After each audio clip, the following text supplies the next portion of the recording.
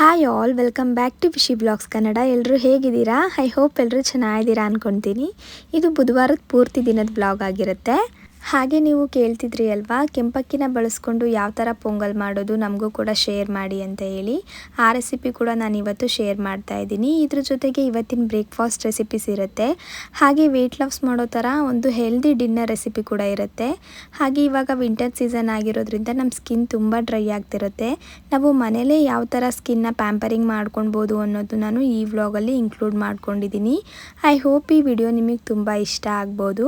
ವಿಡಿಯೋನ please complete ಆಗೋವರೆಗೂ ನೋಡಿ.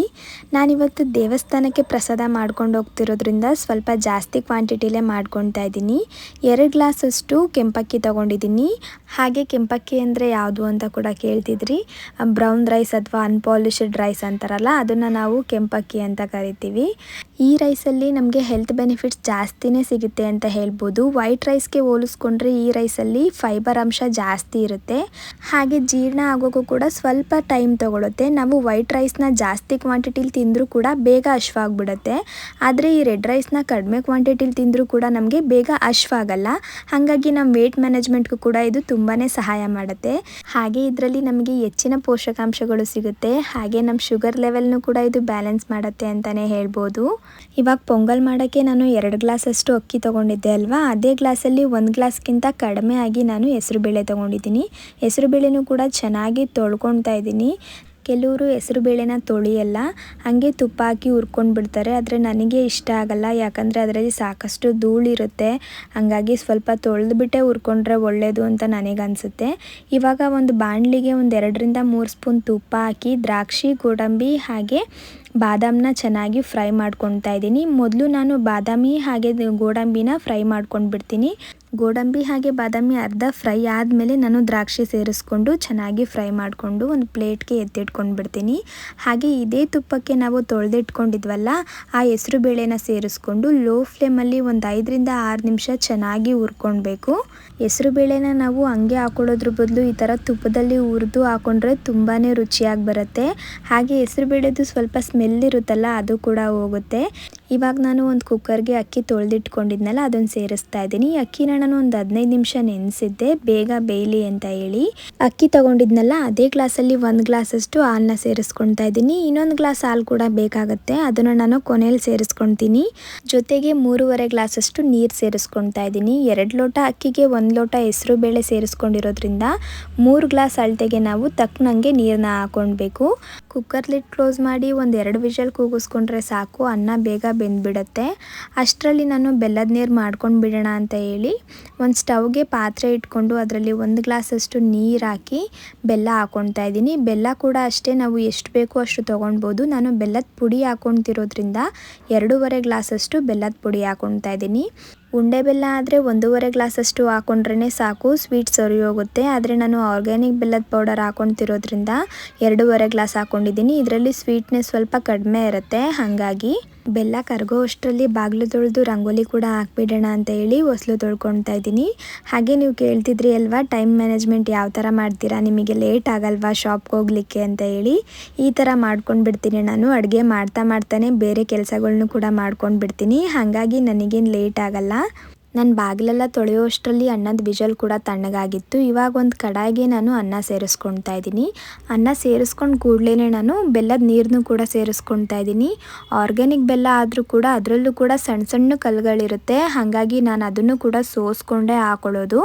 ಬೆಲ್ಲದ ನೀರು ಸೇರಿಸ್ಕೊಂಡ್ಮೇಲೆ ಸ್ಟವ್ನ ಲೋ ಫ್ಲೇಮ್ ಮಾಡಿ ಚೆನ್ನಾಗಿ ರೈಸ್ನ ಮಿಕ್ಸ್ ಮಾಡ್ಕೊತಾ ಇದ್ದೀನಿ. ಒಂದು 2-3 ನಿಮಿಷ ನಾವು ಚೆನ್ನಾಗಿ ಮಿಕ್ಸ್ ಮಾಡ್ಕೊಳ್ಬೇಕು, ಇಲ್ಲ ಅಂದರೆ ಅನ್ನ ಸ್ವಲ್ಪ ಗಂಟು ಆಗೋಗ್ಬಿಡುತ್ತೆ. ಹಾಗಾಗಿ ಚೆನ್ನಾಗಿ ಮಿಕ್ಸ್ ಮಾಡ್ಕೊಂಡಾದಮೇಲೆ ನಾನು ಆಗಲೇ ತೆಗೆದಿಟ್ಕೊಂಡಿದ್ನಲ್ಲ 1 ಗ್ಲಾಸ್ ಹಾಲು, ಅದನ್ನು ಸೇರಿಸ್ಕೊತಾ ಇದ್ದೀನಿ. ನಾವು 2 ಗ್ಲಾಸ್ ಹಾಲನ್ನ ಸೇರಿಸ್ಕೊಂಡಿದ್ದೀವಿ. ಹಾಲು ಜಾಸ್ತಿ ಆಗಿದಷ್ಟು ಪೊಂಗಲ್ ಸ್ವಲ್ಪ ಚೆನ್ನಾಗಿರುತ್ತೆ.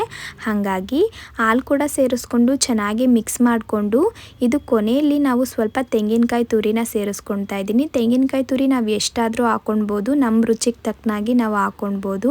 ಎಲ್ಲನೂ ಚೆನ್ನಾಗಿ ಮಿಕ್ಸ್ ಮಾಡಿಕೊಂಡು ಕೊನೆಯಲ್ಲಿ ತುಪ್ಪದ ಒಗ್ಗರಣೆ ಕೂಡ ಕೊಟ್ಕೊಳ್ಬೋದು. ಆದರೆ ನಾನು ಇವತ್ತು ಮೊದಲೇ ದ್ರಾಕ್ಷಿ ಗೋಡಂಬಿನೆಲ್ಲ ಹುರಿದಿಟ್ಕೊಂಡ್ಬಿಟ್ಟಿದ್ನಲ್ಲ, ಹಾಗಾಗಿ ಇವಾಗ ಸೇರಿಸ್ಕೊಳ್ತಾ ಇದ್ದೀನಿ. ಮೇಲ್ಗಡೆಯಿಂದ ಒಂದು 2ರಿಂದ 3 ಸ್ಪೂನ್ ಆಗುವಷ್ಟು ತುಪ್ಪ ಸೇರಿಸ್ಕೊಳ್ತಾ ಇದ್ದೀನಿ. ಸ್ವಲ್ಪ ಏಲಕ್ಕಿ ಪುಡಿನ ಕುಟ್ಟಿ ಪೌಡರ್ ಮಾಡಿ ಇಟ್ಕೊಂಡಿದ್ನಲ್ಲ, ಅದನ್ನು ಕೂಡ ನಾನು ಗ್ಯಾಸ್ ಆಫ್ ಮಾಡಿದ್ಮೇಲೆ ಸೇರಿಸ್ಕೊಳ್ತಾ ಇದ್ದೀನಿ.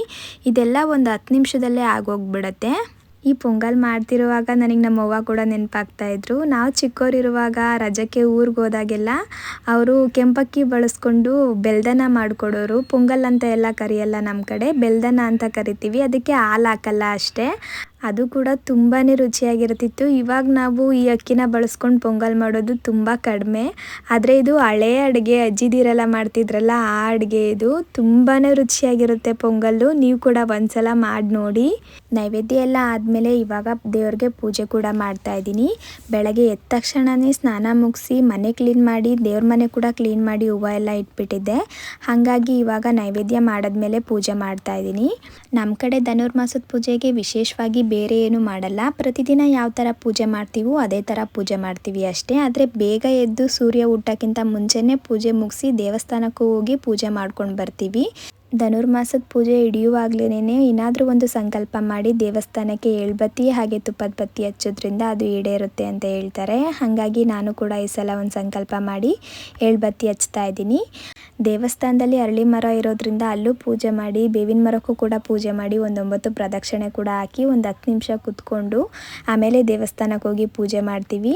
ಕೆಲವರು ಇದನ್ನು ಮೂಢನಂಬಿಕೆ ಅಂತ ಕೂಡ ಅಂದ್ಕೊಳ್ಬೋದು. ಸೈಂಟಿಫಿಕ್ಕಾಗಿ ಒಂದು ಕಡೆ ಯೋಚನೆ ಮಾಡೋದಾದರೆ ಬೆಳಗ್ಗೆ ಎದ್ದ ತಕ್ಷಣ ನಾವು ಅರಳಿ ಮರದ ಕೆಳಗಡೆ ಒಂದು 15ರಿಂದ 20 ನಿಮಿಷ ಕಾಲ ಕಳೆಯೋದ್ರಿಂದ ನಮ್ಮ ಹಾರ್ಮೋನ್ ಇಂಬ್ಯಾಲೆನ್ಸ್ ಕೂಡ ಸುಧಾರಿಸುತ್ತೆ. ಯಾಕಂದರೆ ಬೇರೆ ಮರಗಳಿಗೆ ಹೋಲಿಸ್ಕೊಂಡ್ರೆ ಅರಳಿ ಮರದಲ್ಲಿ 5 ಪಟ್ಟು ಹೆಚ್ಚು ಆಕ್ಸಿಜನ್ ಕೊಡೋ ಶಕ್ತಿ ಇದೆ ಅಂತ ಹೇಳ್ತಾರೆ. ಅದರಲ್ಲೂ ಬೆಳಗಿನ ಜಾವ ಹಾಗೆ ಸಂಜೆ ಇದು 10 ಪಟ್ಟು ಹೆಚ್ಚಾಗಿರುತ್ತಂತೆ. ಹಾಗಾಗಿ ಪ್ರತಿದಿನ ನಾವು ಅರಳಿ ಮರದ ಕೆಳಗಡೆ ಒಂದು 15ರಿಂದ 20 ನಿಮಿಷ ಕಾಲ ಕಳೆಯೋದ್ರಿಂದ ನಮ್ಮ ಆರೋಗ್ಯ ಕೂಡ ಸುಧಾರಿಸುತ್ತೆ. ಸುಮ್ಮನೆ ಕುತ್ಕೊಂಡು ಕಾಲ ಕಳೆಯೋದ್ರ ಬದಲು ಒಂದು 9 ಪ್ರದಕ್ಷಿಣೆ 11 ಪ್ರದಕ್ಷಿಣೆ ಹಾಕೋದ್ರಿಂದ ನಮಗೆ ಎಕ್ಸಸೈಸ್ ಕೂಡ ಆದಂಗೆ ಆಗುತ್ತೆ, ವಾಕಿಂಗ್ ಕೂಡ ಮಾಡ್ದಂಗೆ ಆಗುತ್ತೆ. ನಾವು ದೇವ್ರನ್ನ ನಂಬ್ತೀವಿ ಅಂದರೆ ಸಂಕಲ್ಪ ಮಾಡಿಕೊಂಡು ಪ್ರದಕ್ಷಿಣೆ ಹಾಕ್ಬೋದು. ಇಲ್ಲ ನಾವು ನಂಬಲ್ಲ ಅಂತ ಅಂದರೆ ನಮ್ಮ ಹೆಲ್ತ್ ಮೇಲಾದರೂ ನಾವು ಗಮನ ಕೊಟ್ಟು ಈ ಥರ ವಾಕಿಂಗ್ ಅಂತನಾದರೂ ತಿಳ್ಕೊಂಡು ನಾವು ಮಾಡ್ಬೋದು. ಎಲ್ಲ ಒಂದೇ. ನಮ್ಮ ಹಿರಿಯರು ಯಾವುದೂ ಕೂಡ ಕಾಟಾಚಾರವಾಗಿ ಮಾಡಿರಲ್ಲ. ಎಲ್ಲ ನಮ್ಮ ಆರೋಗ್ಯ ಸುಧಾರಿಸೋಕ್ಕೋಸ್ಕರನೇ ಈ ಥರ ಒಂದು ಪದ್ಧತಿನ ರೂಢಿ ಮಾಡ್ಕೊಂಡು ಬಂದಿರ್ತಾರೆ. ಅದು ನಮಗೆ ಗೊತ್ತಿರಲ್ಲ, ನಾವು ಅದನ್ನು ಮೂಢನಂಬಿಕೆ ಅಂತ ತಿಳ್ಕೊಂಡಿರ್ತೀವಿ. ನಿಜ ಹೇಳಬೇಕು ಅಂದರೆ ಇದೆಲ್ಲ ಮೂಢನಂಬಿಕೆ ಅಲ್ಲ. ಒಂದೊಂದು ವಿಷಯದಲ್ಲೂ ಒಂದೊಂದು ಆರೋಗ್ಯಕರ ಗುಣಗಳೇ ಇರುತ್ತೆ. ಆದರೆ ನಮಗದು ತಿಳಿದಿರಲ್ಲ ಅಷ್ಟೇ. ಹಾಗೆ ಧನುರ್ಮಾಸದ ಪೂಜೆನ ಕೆಲವರು 30 ದಿನದವರೆಗೂ ಕೂಡ ಮಾಡ್ತಾರೆ. ಆದರೆ ನನಗೆ ಅಷ್ಟೊಂದು ದಿನ ಮಾಡಲಿಕ್ಕಾಗಲಿಲ್ಲ. ಯಾಕಂದರೆ ದೇವಸ್ಥಾನಕ್ಕೆ ತಲೆ ಸ್ನಾನ ಮಾಡದೆ ಹೋದರೆ ನನಗೆ ಮನಸ್ಸಿಗೆ ಅಷ್ಟೊಂದು ಸಮಾಧಾನ ಆಗಲ್ಲ. ಪ್ರತಿದಿನ ತಲೆ ಸ್ನಾನ ಮಾಡೋದು ನನಗೆ ಆಗಲ್ಲ, ತಲೆ ಭಾರ ಆಗೋಗ್ಬಿಡುತ್ತೆ. ಹಾಗಾಗಿ 3 ದಿನ ಮಾಡಿದ್ದೀನಿ ಅಷ್ಟೇ. ಮುಂಚೆ ಎಲ್ಲ 9 ದಿನ 11 ದಿನ ಎಲ್ಲ ಮಾಡ್ತಾಯಿದ್ದು. ಇವಾಗ ಸ್ವಲ್ಪ ಕಷ್ಟ ಆಗ್ತಾಯಿದೆ. ಯಾಕಂದರೆ ಯೂಟ್ಯೂಬ್ ಮಾಡ್ತಿರೋದ್ರಿಂದ, ಶಾಪ್ ನೋಡ್ಕೊಳ್ತಿರೋದ್ರಿಂದ ಮನುಷ್ಯನಿಗೆ ನಿದ್ದೆ ಕೂಡ ತುಂಬಾ ಮುಖ್ಯ. ಹಾಗಾಗಿ ನಿದ್ದೆಗೆಟ್ಟು ಇದನ್ನೆಲ್ಲ ಮಾಡೋಕ್ಕೆ ನನಗೆ ಸ್ವಲ್ಪ ಕಷ್ಟ ಆಗುತ್ತೆ. ಹಾಗಾಗಿ ನಾನು 3 ದಿನಕ್ಕೆ ಮುಗಿಸಿದ್ದೀನಿ. ಇವತ್ತು ಕೊನೆ ದಿನದ ಪೂಜೆ ಆಗಿರೋದ್ರಿಂದ ದೇವಸ್ಥಾನಕ್ಕೆ ಅರ್ಚನೆ ಕೂಡ ಮಾಡಿಸಿ ಬಂದಿರೋ ಮುತ್ತೈದೆಯರಿಗೆಲ್ಲ ಅರಿಶಿನ ಕುಂಕುಮ ಹಾಗೆ ಪ್ರಸಾದ ಕೂಡ ಕೊಡ್ತೀವಿ. ಇದನ್ನು ಎಲ್ಲರೂ ಮಾಡ್ತಾರೆ, ನಾವು ಇದೇ ಥರ ಮಾಡ್ತೀವಿ. ವಿಶೇಷವಾಗಿ ಬೇರೆ ಯಾವ ಥರನೂ ನಾವು ಈ ಪೂಜೆನ ಮಾಡಲ್ಲ.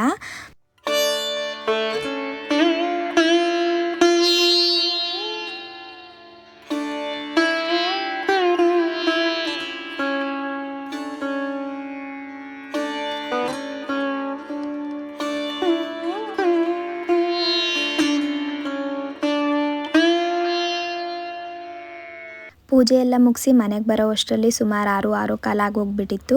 ಮನೆಗೆ ಬಂದು ತಿಂಡಿ ಎಲ್ಲ ರೆಡಿ ಮಾಡ್ಕೊಳ್ಳೋಣ ಅಂತ ಮಾಡ್ಕೊತಿದ್ದೀನಿ. ಆದರೆ ಮನೆಗೆ ಬಂದ ತಕ್ಷಣ ನನಗೆ ಮೊದಲು ಯಾವುದಾದ್ರೂ ಒಂದು ಡಿಟಾಕ್ಸ್ ಡ್ರಿಂಕ್ ಅಥವಾ ಜ್ಯೂಸ್ನ ಕುಡಿಲೇಬೇಕು, ಇಲ್ಲಾಂದರೆ ದಿನ ಕಂಪ್ಲೀಟ್ ಆಯಿತು ಅಂತಲೇ ಅನಿಸಲ್ಲ. ಹಾಗಾಗಿ ಆ್ಯಪಲ್ ಜ್ಯೂಸ್ ಮಾಡ್ಕೊತಾ ಇದ್ದೀನಿ. ನಾನು ಇದಕ್ಕೆ ಒಂದು ಆ್ಯಪಲ್ ತೊಗೊಂಡಿದ್ದೀನಿ, ಹಾಗೆ ಒಂದು ಟೊಮೊಟೊ ತೊಗೊಂಡಿದ್ದೀನಿ, ಸ್ವೀಟ್ ಟೊಮೊಟೊ ತೊಗೊಂಡಿದ್ದೀನಿ, ಒಂದು ಪಿಂಚಷ್ಟು ಚಕ್ಕೆ ಪುಡಿ ಹಾಗೆ ಒಂದು ಪಿಂಚಷ್ಟು ಸಾಲ್ಟ್ನ ಹಾಕ್ಕೊಂಡು ಒಂದು ಸ್ವಲ್ಪ ನೀರು ಹಾಕ್ಕೊಂಡು ಗ್ರೈಂಡ್ ಮಾಡ್ಕೊತಾ ಇದ್ದೀನಿ. ಈ ಜ್ಯೂಸ್ ಕೂಡ ನಮ್ಮ ಸ್ಕಿನ್ಗೆ ತುಂಬಾ ಒಳ್ಳೆಯದು. ಒಂದು ಆ್ಯಪಲ್ ಹಾಗೆ ಒಂದು ಟೊಮೊಟೊ ಹಾಕ್ಕೊಂಡ್ರೆ ಸಾಕು, ಒಬ್ರಿಗೆ ಜ್ಯೂಸ್ ರೆಡಿಯಾಗಿ ಹೋಗ್ಬಿಡುತ್ತೆ. ರುಚಿ ಕೂಡ ಚೆನ್ನಾಗಿರುತ್ತೆ. ನಮಗೆ ಕುಡಿಯೋಕ್ಕಾಗಲ್ಲ ಅನ್ನೋ ಥರ ಏನಿರಲ್ಲ. ಜ್ಯೂಸ್ ಎಲ್ಲ ಕುಡಿದು ಇವಾಗ ತಿಂಡಿಗೆ ರೆಡಿ ಮಾಡ್ಕೊಂಡು ಬಿಡೋಣ ಅಂತ ರೆಡಿ ಮಾಡ್ಕೊತಾ ಇದ್ದೀನಿ. ಇವತ್ತು ಕ್ಯಾಬೇಜ್ ಪರೋಟ ಮಾಡ್ಕೊಳ್ಳೋಣ ಅಂತ ಹೇಳಿ ರಾತ್ರಿನೇ ಎಲೆಕೋಸನ್ನೆಲ್ಲ ಹೆಚ್ಚಿಟ್ಕೊಂಡ್ಬಿಟ್ಟಿದ್ದೆ, ಬೆಳಗ್ಗೆಗೆ ಸ್ವಲ್ಪ ಕಷ್ಟ ಆಗಬಾರ್ದು ಅಂತ. ಈ ಥರ ಬೆಳಗ್ಗೆ ಏನಾದರೂ ಕೆಲಸ ಇದ್ದರೆ ನಾನು ರಾತ್ರಿನೇ ಎಲ್ಲ ರೆಡಿ ಮಾಡಿ ಇಟ್ಕೊಂಡ್ಬಿಡ್ತೀನಿ. ಹಾಗೆ ಇವಾಗ ಒಂದು ಕಡಾಯಿಗೆ ಶುಂಠಿ ಹಾಗೆ ಬೆಳ್ಳುಳ್ಳಿನ ಸಣ್ಣದಾಗಿ ಕಟ್ ಮಾಡಿ ಹಾಕೊತಾ ಇದ್ದೀನಿ. ಜೊತೆಗೆ ಸ್ವಲ್ಪ ಕರಿಬೇವನ್ನ ಸೇರಿಸ್ಕೊತಿದ್ದೀನಿ. ಹಾಗೆ ಒಂದು ಈರುಳ್ಳಿನ ಸಣ್ಣದಾಗಿ ಹಚ್ಕೊಂಡು ಸೇರಿಸ್ಕೊತಾ ಇದ್ದೀನಿ. ಜೊತೆಗೆ 1 ಟೀ ಸ್ಪೂನ್ ಅಷ್ಟು ಜೀರಿಗೆ ಸೇರಿಸ್ಕೊಂಡು 1 ಬೌಲ್ ಆಗೋವಷ್ಟು ಕ್ಯಾಬೇಜ್ ಹಾಗೆ ಒಂದು ಸ್ವಲ್ಪ ಕ್ಯಾರೆಟ್ನ ಸೇರಿಸ್ಕೊಂಡಿದ್ದೀನಿ. ಕ್ಯಾರೆಟ್ ಎಷ್ಟಾದರೂ ಹಾಕೊಳ್ಬೋದು, ನಿಮ್ಮ ಇಷ್ಟ. ನಾನು 1 ಬೌಲ್ ಕ್ಯಾಬೇಜ್ ಹಾಕೊಂಡಿದ್ದೀನಿ, ಇಷ್ಟು ನಮಗೆ ಸಾಕಾಗುತ್ತೆ. ಹಾಗೆ ಸ್ವಲ್ಪ ಉಪ್ಪು ಹಾಕ್ಕೊಂಡು ಒಂದು 10 ನಿಮಿಷ ನಾವು ಲೋ ಫ್ಲೇಮಲ್ಲಿ ಬೇಯಿಸ್ಕೊಳ್ಬೇಕು. ಅದು ಕ್ಯಾಬೇಜ್ ಎಲ್ಲ ಒಂದು ಅರ್ಧ ಬೆಂದಿದೆ ಅನ್ನುವಾಗ ಮಸಾಲೆ ಪೌಡರ್ಗಳನ್ನ ಸೇರಿಸ್ಕೊತಿದ್ದೀನಿ. ಒಂದು 2 ಸ್ಪೂನ್ ಆಗುವಷ್ಟು ಧನಿಯಾ ಪುಡಿ, 1 ಸ್ಪೂನ್ ಆಗುವಷ್ಟು ಮೆಣಸಿನ್ಕಾಯಿ ಪುಡಿ ಹಾಗೆ ಸ್ವಲ್ಪ ಜೀರಿಗೆ ಪುಡಿ ಸೇರಿಸ್ಕೊಂಡಿದ್ದೀನಿ. ಹಾಗೆ ಒಂದು ಚಿಟಿಕೆ ಅಷ್ಟು ಅರಿಶಿನ ಕೂಡ ಸೇರಿಸ್ಕೊಂಡು ಚೆನ್ನಾಗಿ ಮಿಕ್ಸ್ ಮಾಡಿಕೊಂಡು ಒಂದು 3 ನಿಮಿಷ ಲೋ ಫ್ಲೇಮಲ್ಲಿ ಲಿಡ್ ಕ್ಲೋಸ್ ಮಾಡಿ ಬೇಯಿಸ್ಕೊಳ್ಬೇಕು. ಅಷ್ಟರಲ್ಲಿ ನಾನು ಸೋರೆಕಾಯಿನ ಬಳಸ್ಕೊಂಡು ಒಂದು ರೈತ ಮಾಡ್ಕೊಂಡು ಬಿಡೋಣ ಅಂತ ಹೇಳಿ ಸೋರೆಕಾಯಿ ಮೇಲಿನ ಸಿಪ್ಪೆ ಹಾಗೆ ಒಳಗಿನ ತಿರುಳನ್ನ ತೆಗೆದು ಚೆನ್ನಾಗಿ ತುರ್ಕೊಳ್ತಾ ಇದ್ದೀನಿ. ಒಂದು ಅರ್ಧ ಸೋರೆಕಾಯಿ ತೊಗೊಂಡಿದ್ದೀನಿ, ಇದು ನಮ್ಮಿಬ್ಬರಿಗೆ ಸಾಕಾಗುತ್ತೆ. ತುರಿದಿಟ್ಕೊಂಡಿರೋ ಈ ಸೋರೆಕಾಯಿನ ಒಂದು 10 ನಿಮಿಷ ನಾನು ಸ್ಟೀಮ್ ಮಾಡ್ಕೊತೀನಿ. ನಾವು ನೀರಲ್ಲಿ ಬೇಯಿಸ್ಕೊಳ್ಬೋದು, ಆದರೆ ನಾನು ಸ್ಟೀಮ್ ಮಾಡಿಕೊಂಡೇ ಮಾಡ್ಕೊತೀನಿ. ಯಾಕಂದರೆ ನೀರಲ್ಲಿ ಬೇಯಿಸಿದ್ರೆ ಅದರಲ್ಲಿರೋ ಪೋಷಕಾಂಶ ಎಲ್ಲ ಹೋಗ್ಬಿಡತ್ತೆ ಅಂತ ಹೇಳಿ. ಅದ್ರ ಜೊತೆಗೆ ಒಂದೆರಡು ಗೆಣಸನ್ನು ಕೂಡ ಸೇರಿಸ್ಕೊಂಡು ಸ್ಟೀಮ್ ಮಾಡ್ತಾಯಿದ್ದೀನಿ. ಇವಾಗ ಕ್ಯಾಬೇಜ್ ಚೆನ್ನಾಗಿ ಬೆಂದಿದೆ, ಇದನ್ನು ನಾನು ಎತ್ತಿಟ್ಕೊಂಡು ಬಿಡ್ತೀನಿ. ಇದು ಕಂಪ್ಲೀಟಾಗಿ ತಣ್ಣಗಾಗಬೇಕು, ಇಲ್ಲಾಂದರೆ ಪರೋಟ ಚೆನ್ನಾಗಿ ಬರಲ್ಲ. ಅದು ತಣ್ಣಗಾಗೋವಷ್ಟರಲ್ಲಿ ನಾನು ಮಶ್ರೂಮ್ ಡ್ರೈ ಮಾಡ್ಕೊಂಡು ಬಿಡೋಣ ಅಂತ ಹೇಳಿ ಒಂದು ಕಡಾಯಿಗೆ 1 ಸ್ಪೂನ್ ಆಗುವಷ್ಟು ಎಣ್ಣೆ ಸೇರಿಸ್ಕೊಂಡಿದ್ದೀನಿ. ಅದಕ್ಕೆ ಒಂದು 5 ರಿಂದ 6 ಬೆಳ್ಳುಳ್ಳಿ, ಒಂದು 1/4 ಇಂಚಿನಷ್ಟು ಶುಂಠಿನ ಚೆನ್ನಾಗಿ ಕಟ್ ಮಾಡಿ ಸೇರಿಸ್ಕೊಂಡಿದ್ದೀನಿ. ಜೊತೆಗೆ ಕರಿಬೇವು ಕೂಡ ಹಾಕೊಂಡಿದ್ದೀನಿ. ಹಾಗೆ ಒಂದು ಈರುಳ್ಳಿನೂ ಕೂಡ ಸಣ್ಣದಾಗಿ ಕಟ್ ಮಾಡಿ ಸೇರಿಸ್ಕೊತಿದ್ದೀನಿ. ಒಂದು ಮೀಡಿಯಂ ಗಾತ್ರದ ಈರುಳ್ಳಿ ಸಾಕು. ಸ್ವಲ್ಪ ಉಪ್ಪು ಹಾಕಿ ಲೋ ಫ್ಲೇಮಲ್ಲಿ ಒಂದು 5 ರಿಂದ 6 ನಿಮಿಷ ಚೆನ್ನಾಗಿ ಈರುಳ್ಳಿನ ಫ್ರೈ ಮಾಡ್ಕೊಳ್ಬೇಕು. ಕಲರ್ ಚೇಂಜ್ ಆಗೋವರೆಗೂ ಫ್ರೈ ಮಾಡಬೇಕು. ಇವಾಗ ನಾನು ಒಂದು 200 ಗ್ರಾಮ್ ಅಷ್ಟು ಮಶ್ರೂಮ್ ಸೇರಿಸ್ಕೊಂಡು ಅದಕ್ಕೆ ಒಂದು ಚಿಟಿಕೆ ಅರಿಶಿನದ ಪುಡಿ ಹಾಗೆ 1 ಟೀ ಸ್ಪೂನ್ ಅಷ್ಟು ಚಿಲ್ಲಿ ಪೌಡರ್, 1 ಟೀ ಸ್ಪೂನ್ ಅಷ್ಟು ಗರಂ ಮಸಾಲ, ಜೊತೆಗೆ 1 ಟೇಬಲ್ ಸ್ಪೂನ್ ಆಗುವಷ್ಟು ಚಿಕನ್ ಮಸಾಲ ಸೇರಿಸ್ಕೊತಿದ್ದೀನಿ. ಇದು ಮೇನ್ ಇಂಗ್ರೀಡಿಯೆಂಟ್ ಅಂತಲೇ ಹೇಳ್ಬೋದು. ಇದನ್ನು ಹಾಕೋದ್ರಿಂದನೇ ಮಶ್ರೂಮ್ ಡ್ರೈ ತುಂಬ ರುಚಿಯಾಗಿ ಬರುತ್ತೆ. ಎಲ್ಲನೂ ಹಾಕಿ ಚೆನ್ನಾಗಿ ಮಿಕ್ಸ್ ಮಾಡಿಕೊಂಡು ಲೋ ಫ್ಲೇಮಲ್ಲಿ ಒಂದು 10 ನಿಮಿಷ ನಾವು ಇದನ್ನು ಕುಕ್ ಮಾಡಿಕೊಂಡ್ರೆ ಆಯಿತು. ಮಶ್ರೂಮ್ ಡ್ರೈ ರೆಡಿಯಾಗೇ ಹೋಗ್ಬಿಡುತ್ತೆ. ನೋಡಿ ಇವಾಗ ಎಣ್ಣೆ ಎಲ್ಲ ಬಿಟ್ಕೊಂಡಿದೆ. ಕೊನೆಯದಾಗಿ ಕೊತ್ತಂಬರಿನ ಹಾಕ್ಕೊಂಡ್ಬಿಟ್ರೆ ಮಶ್ರೂಮ್ ಡ್ರೈ ರೆಡಿನೇ ಆಗೋಗ್ಬಿಡುತ್ತೆ. ತುಂಬಾ ರುಚಿಯಾಗಿ ಬಂದಿತ್ತು. ಚಪಾತಿಗಾಗಿರ್ಬೋದು, ಅನ್ನಕ್ಕೆ ಸೈಡ್ ಡಿಶ್ ಆಗು ಕೂಡ ನಾವು ಇದನ್ನು ಬಳಸ್ಕೊಳ್ಬೋದು. ನನಗೆ ಸ್ವಲ್ಪ ಹುಳಿ ಅಂಶ ಇದ್ದರೆ ಇಷ್ಟ ಆಗುತ್ತೆ, ಹಾಗಾಗಿ ಸ್ವಲ್ಪ ನಿಂಬೆಹಣ್ಣನ್ನು ಕೊನೆಯಲ್ಲಿ ಇಂಟ್ಕೊಳ್ತಾ ಇದ್ದೀನಿ. ಇವಾಗ ಮಶ್ರೂಮ್ ಡ್ರೈ ರೆಡಿನೇ ಆಗೋಯಿತು.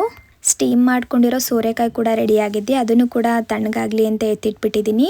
ಇವಾಗ ಈ ಕ್ಯಾಬೇಜು ಕಂಪ್ಲೀಟಾಗಿ ತಣ್ಣಗಾಗಿದೆ. ಇದಕ್ಕೆ ಕೊನೆಯಲ್ಲಿ ಸ್ವಲ್ಪ ಕೊತ್ತಂಬರಿನ ಸೇರಿಸ್ಕೊಂಡು ಚೆನ್ನಾಗಿ ಮಿಕ್ಸ್ ಮಾಡ್ಕೊತಾ ಇದ್ದೀನಿ. ರಾತ್ರಿನೇ ನಾನು ಗೋಧಿ ಹಿಟ್ಟನ್ನು ಕೂಡ ಮೆದ್ದಿಟ್ಬಿಟ್ಟಿದ್ದೆ, ಹಾಗಾಗಿ ಇವಾಗ ಬೇಗನೆ ರೆಡಿ ಮಾಡ್ಕೊತಾ ಇದ್ದೀನಿ. ನಾವು ಚಪಾತಿ ಮಾಡ್ಕೊತೀವಲ್ಲ ಅದೇ ಥರ ಮಿತ್ಕೊಂಡ್ರೆ ಆಯಿತು. ನಾನು ಸುಮಾರು ಸಲ ತೋರಿಸಿದ್ದೀನಿ ಪರೋಟಾಗೆ ಯಾವ ಥರ ನಾವು ಮಿತ್ಕೊಳ್ಬೇಕು ಅಂತ ಹೇಳಿ. ಇವಾಗ ಚಪಾತಿನ ಸ್ವಲ್ಪ ಲಟ್ಸಿ ಅದಕ್ಕೆ ಕ್ಯಾಬೇಜ್ನ ಸ್ಟಫಿಂಗ್ ಮಾಡ್ಕೊತಾ ಇದ್ದೀನಿ. ಸ್ಟಫಿಂಗ್ ಮಾಡ್ಕೊಂಡಿದ್ದಾದಮೇಲೆ ಕೈಯಲ್ಲೇ ನಾವು ಸ್ವಲ್ಪ ತಟ್ಕೊಂಡ್ರೆ ಆಯಿತು. ಚಪಾತಿ ಲಟ್ಸೋ ಕೋಲಲ್ಲಿ ಮಾಡ್ಕೊಳ್ಳೋಕೆ ಹೋದರೆ ಅದು ಸ್ವಲ್ಪ ಕಿತ್ತೋಗ್ಬಿಡುತ್ತೆ, ಹಾಗಾಗಿ ಕೈಯಲ್ಲೇ ನಾವು ರೊಟ್ಟಿ ತಟ್ಕೊತೀವಲ್ಲ ಆ ಥರ ತಟ್ಕೊಂಡ್ರೆ ಆಯಿತು. ಎಲ್ಲೂ ಕೂಡ ಕಿತ್ತೋಗಲ್ಲ. ಹಾಗೆ ಚಪಾತಿ ಮಣೆಗೆ ನಾವು ಹಸಿಟ್ಟು ಹಾಕ್ಕೊಂಡು ತಟ್ಕೊತಿರೋದ್ರಿಂದ ಮಣೆಗೂ ಕೂಡ ಏನು ಅಂಟ್ಕೊಳಲ್ಲ, ಚೆನ್ನಾಗಿ ಬರುತ್ತೆ.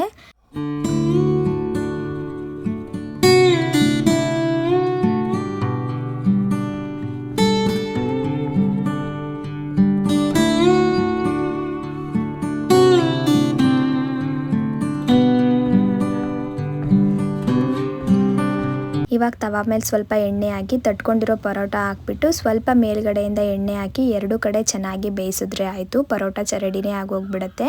ಆದರೆ ನಾವು ಸ್ವಲ್ಪ ಚೆನ್ನಾಗಿ ಬೇಯಿಸ್ಕೊಳ್ಬೇಕು, ಇಲ್ಲಾಂದರೆ ಹಸಿಟ್ಟೆಲ್ಲ ಹಂಗಂಗೆ ಇರುತ್ತೆ, ತಿನ್ನೋಕ್ಕಾಗಲ್ಲ. ಇವಾಗ ನೋಡಿ ಪರೋಟ ರೆಡಿ ಆಗೋಯ್ತು. ನಿಜವಾಗ್ಲೂ ತುಂಬಾ ರುಚಿಯಾಗಿ ಬಂದಿತ್ತು. ನಮ್ಮ ಮನೇಲಿ ನನ್ನ ಹಸ್ಬೆಂಡ್ಗೆ ಎಲೆಕೋಸಿನ ಪಲ್ಯ ಅಂದರೆ ಅಷ್ಟೊಂದು ಇಷ್ಟ ಆಗಲ್ಲ, ಹಾಗಾಗಿ ನಾನು ಈ ಥರ ಪರೋಟ ಮಾಡ್ಕೊಂಡು ಬಿಡ್ತೀನಿ. ಇವಾಗ ಸೋರೆಕಾಯಿನ ಹಾಕ್ಕೊಂಡು ರೈತ ಮಾಡ್ಕೊಂಡು ಬಿಡೋಣ ಅಂತ ಹೇಳಿ ಸೋರೆಕಾಯಿನ ಒಂದು ಬೌಲ್ಗೆ ಹಾಕ್ಕೊಳ್ತಾ ಇದ್ದೀನಿ. ಇದಕ್ಕೆ ಒಂದು 3 ರಿಂದ 4 ಸ್ಪೂನ್ ಆಗುವಷ್ಟು ಮೊಸರು ಸೇರಿಸ್ಕೊಳ್ತಾ ಇದ್ದೀನಿ. ಗಟ್ಟಿ ಮೊಸರಿದ್ರೆ ತುಂಬಾ ಚೆನ್ನಾಗಿರುತ್ತೆ. ಹಾಗೆ 1 ಟೀ ಸ್ಪೂನ್ ಅಷ್ಟು ಜೀರಾ ಪೌಡರ್ನ ಸೇರಿಸ್ಕೊಂಡಿದ್ದೀನಿ. ಸ್ವಲ್ಪ ಸಾಲ್ಟ್ ಹಾಗೆ ಕೊತ್ತಂಬರಿನೂ ಕೂಡ ಕಟ್ ಮಾಡಿ ಸೇರಿಸ್ಕೊಳ್ತಾ ಇದ್ದೀನಿ. ಚೆನ್ನಾಗಿ ಎಲ್ಲನೂ ಮಿಕ್ಸ್ ಮಾಡ್ಕೊಂಡ್ಬಿಟ್ಟು ಕೊನೆಯಲ್ಲಿ ಗಾರ್ನಿಷಿಂಗ್ಗೆ ಅಂತ ಸ್ವಲ್ಪ ಚಿಲ್ಲಿ ಪೌಡರ್ನ ಹಾಕ್ಕೊಂಡ್ಬಿಟ್ರೆ ರೆಡಿಯಾಗಿ ಹೋಗ್ಬಿಡುತ್ತೆ. ಇದನ್ನೆಲ್ಲ ಮಾಡ್ಕೊಳ್ಳೋಕ್ಕೆ ಜಾಸ್ತಿ ಏನು ಟೈಮ್ ಹಿಡಿಯಲ್ಲ. ನಾವು ರಾತ್ರಿಯೇ ಎಲ್ಲನೂ ರೆಡಿ ಮಾಡಿ ಇಟ್ಕೊಂಡ್ಬಿಟ್ಟಿದ್ರೆ ಬೇಗನೆ ಮಾಡ್ಕೊಂಡು ಬಿಡ್ಬೋದು. ಇವಾಗ ನಾನು ಕೂಡ ಶಾಪ್ಗೆ ಹೋಗಲಿಕ್ಕೆ ರೆಡಿಯಾಗಿ ಬಂದು ಸ್ಮೂದಿ ಮಾಡ್ಕೊತಾ ಇದ್ದೀನಿ. ಇವತ್ತು ನಾನು ಕಿವಿ ಫ್ರೂಟ್ ಹಾಕಿ ಸ್ಮೂದಿ ಮಾಡ್ಕೊತಾ ಇದ್ದೀನಿ. ಇದಕ್ಕೆ ಒಂದೆರಡು ಕಿವಿ ಫ್ರೂಟ್ನ ತೊಗೊಂಡಿದ್ದೀನಿ. ಹಾಗೆ ಒಂದು ಅರ್ಧ ಸೌತೆಕಾಯಿ, ಒಂದು 7ರಿಂದ 8 ಪಾಲಕ್ ಎಳೆ ತೊಗೊಳ್ಬೇಕು. ಸ್ವಲ್ಪ ಶುಂಠಿ ಸೇರಿಸ್ಕೊಂಡು ನೀರು ಹಾಕಿ ಚೆನ್ನಾಗಿ ಗ್ರೈಂಡ್ ಮಾಡ್ಕೊತಾ ಇದ್ದೀನಿ ಅಷ್ಟೇ. ಇಷ್ಟು ಮಾಡಿಕೊಂಡ್ರೆ ಆಯಿತು, ಸ್ಮೂದಿ ರೆಡಿಯಾಗಿ ಹೋಗ್ಬಿಡುತ್ತೆ. ಕೊನೆಯಲ್ಲಿ ನಾವು ಒಂದು 2 ಸ್ಪೂನ್ ಆಗೋವಷ್ಟು ಚಿಯಾ ಸೀಡ್ಸ್ನ ನೆನೆಸಿಟ್ಕೊಂಡು ಸೇರಿಸ್ಕೊಂಡು ಈ ಸ್ಮೂದಿ ಹಾಕ್ಕೊಂಡು ಲಾಸ್ಟಲ್ಲಿ ಗಾರ್ನಿಷಿಂಗ್ಗೆ ಅಂತ ಸ್ವಲ್ಪ ಹನಿ ಹಾಕ್ಕೊಂಡು ಅದ್ರ ಜೊತೆಗೆ ಪಂಪ್ಕಿನ್ ಸೀಡ್ಸ್ನ ಹಾಕ್ಕೊಂಡಿದ್ದೀನಿ. ಹನಿನ ನಾವು ಸ್ವೀಟ್ನೆಸ್ಗೋಸ್ಕರ ಹಾಕೊಳ್ಳೋದು ಅಷ್ಟೇ. ನಿಮಗೆ ಇಷ್ಟ ಇಲ್ಲ ಅಂದರೆ ಅದನ್ನು ಸ್ಕಿಪ್ ಮಾಡ್ಬೋದು. ಟೇಸ್ಟ್ ವೈಸ್ ಚೆನ್ನಾಗೇ ಬಂದಿರುತ್ತೆ, ಸ್ವಲ್ಪ ಹುಳಿಯಾಗಿ ಚೆನ್ನಾಗಿರುತ್ತೆ. ಮನೇಲೆಲ್ಲ ಕೆಲಸ ಮುಗಿಸ್ಕೊಂಡು ಪಾತ್ರೆ ಎಲ್ಲ ವಾಶ್ ಮಾಡಿಟ್ಬಿಟ್ಟೆ ಇವತ್ತು ಶಾಪಿಗೆ ಬಂದೆ. ಶಾಪಿಗೆ ಬರೋ ಅಷ್ಟರಲ್ಲಿ ಒಂದು 9 ಕಾಲ ಆಗೋಗ್ಬಿಟ್ಟಿತ್ತು. ನನ್ನ ಹಸ್ಬೆಂಡ್ ಕೂಡ ಟಿಫನ್ ಮಾಡಿಕೊಂಡು ಅವ್ರ ಕೆಲಸಕ್ಕೆ ಹೊರಟ್ರು. ಇವತ್ತು ನನ್ನ ಸ್ವಲ್ಪ ಫೋಟೋ ವರ್ಕ್ ಇತ್ತು. ಲಾಸ್ಟ್ ಟೈಮ್ ತೆಗೆದಿರೋ ಫೋಟೋಸ್ ಎಲ್ಲ ನಾನು ಯಾವುದೂ ಮಾಡೇ ಇರಲಿಲ್ಲ, ಎಲ್ಲ ಪೆಂಡಿಂಗಲ್ಲಿ ಇಟ್ಬಿಟ್ಟಿದ್ದೆ. ಹಾಗಾಗಿ ಅದನ್ನು ಕೂಡ ರೆಡಿ ಮಾಡ್ಕೊತಾ ಇದ್ದೀನಿ. ನನ್ನ ಹಸ್ಬೆಂಡ್ ಕೂಡ ಸ್ವಲ್ಪ ರೆಡಿ ಮಾಡಿಟ್ಟಿದ್ರು, ಇನ್ನು ಕೆಲವೊಂದು ರೆಡಿ ಮಾಡಬೇಕಿತ್ತು. ಹಾಗಾಗಿ ಅವನು ಮಾಡ್ಕೊಂಡು ಬಿಡೋಣ ಅಂತ ಹೇಳಿ ಇವತ್ತು ಅದನ್ನು ಕೂಡ ಮಾಡ್ಕೊತಾ ಇದ್ದೀನಿ.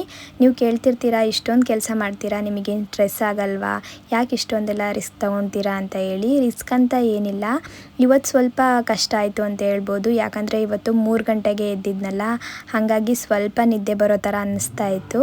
ಆದರೂ ನಮ್ಮ ಕೆಲಸ ನಾವು ಮಾಡಲೇಬೇಕಲ್ವಾ, ನಿದ್ದೆ ಬರ್ತಿದೆ ಅಂತ ಹೇಳಿ ಕೆಲಸ ಮಾಡದೇ ಇರೋಕ್ಕಾಗಲ್ಲ. ಅದು ಅಲ್ಲದೆ ಇತ್ತೀಚೆಗೆ ಲಾಂಗ್ ವಿಡಿಯೋನ ಅಪ್ಲೋಡ್ ಮಾಡಿ ಅಂತ ಕೇಳ್ತಿರ್ತೀರಾ, ಹಾಗಾಗಿ ಆದಷ್ಟು ಪ್ರಯತ್ನಪಟ್ಟು ಲಾಂಗ್ ವಿಡಿಯೋಗಳ್ನು ಕೂಡ ನಾನು ಇತ್ತೀಚೆಗೆ ಅಪ್ಲೋಡ್ ಮಾಡ್ತಾ ಇದ್ದೀನಿ. ಫೋಟೋ ವರ್ಕ್ ಕೂಡ ಒಂದು 12:30 ಅಷ್ಟರಲ್ಲಿ ಮುಗಿಸ್ದೆ. ಮನೆಗೆ ಬಂದು ಊಟ ಮಾಡಿ ಒಂದು 2 ಅವರ್ ಮಲಗಿಬಿಟ್ಟು ಆಮೇಲೆ ಮತ್ತೆ ಶಾಪ್ಗೆ ಹೋದೆ. ನನ್ನ ಹಸ್ಬೆಂಡ್ ಕೂಡ ಇವತ್ತು ಬೇಗ ಬಂದಿದ್ದರಿಂದ ನಾನು ಬೇಗನೆ ಮನೆಗೆ ಬಂದೆ. ಒಂದು 5:30 6 ಗಂಟೆಗೆ ಅಷ್ಟರಲ್ಲೆಲ್ಲ ನಾನು ಮನೆಗೆ ಬಂದುಬಿಟ್ಟೆ. ಎಲ್ಲ ಕೆಲಸ ಮುಗಿಸಿ ಮನೆಗೆ ಬಂದರೆ ಏನೋ ಒಂಥರ ಸಮಾಧಾನ. ಮನೆಗೆ ಬಂದು ಸ್ವಲ್ಪ ಫ್ರೆಶ್ ಅಪ್ ಆಗಿ ಹೆಡ್ ಮಸಾಜ್ ಮಾಡ್ಕೊಂಡು ಬಿಡೋಣ ಅಂತ ಹೇಳಿ ಮಾಡ್ಕೊತಾ ಇದ್ದೀನಿ. ಪ್ರತಿದಿನ ನಾನು ಹೆಡ್ ಮಸಾಜ್ ಮಾಡ್ಕೊತೀನಿ, ಯಾಕಂದರೆ ನಮ್ಮ ಹೇರ್ ಫಾಲ್ ಆಗೋದು ಸ್ವಲ್ಪ ಕಂಟ್ರೋಲ್ ಆಗುತ್ತೆ ಅಂತ ಹೇಳಿ. ನೀವು ಕೂಡ ಒಂದ್ಸಲ ಟ್ರೈ ಮಾಡಿ ನೋಡಿ, ಒಂದು 15 ಡೇಸ್ ಮಾಡಿ ನೋಡಿ, ಆದಷ್ಟು ಹೇರ್ ಫಾಲ್ ಆಗೋದು ಕಂಟ್ರೋಲಿಗೆ ಬರುತ್ತೆ.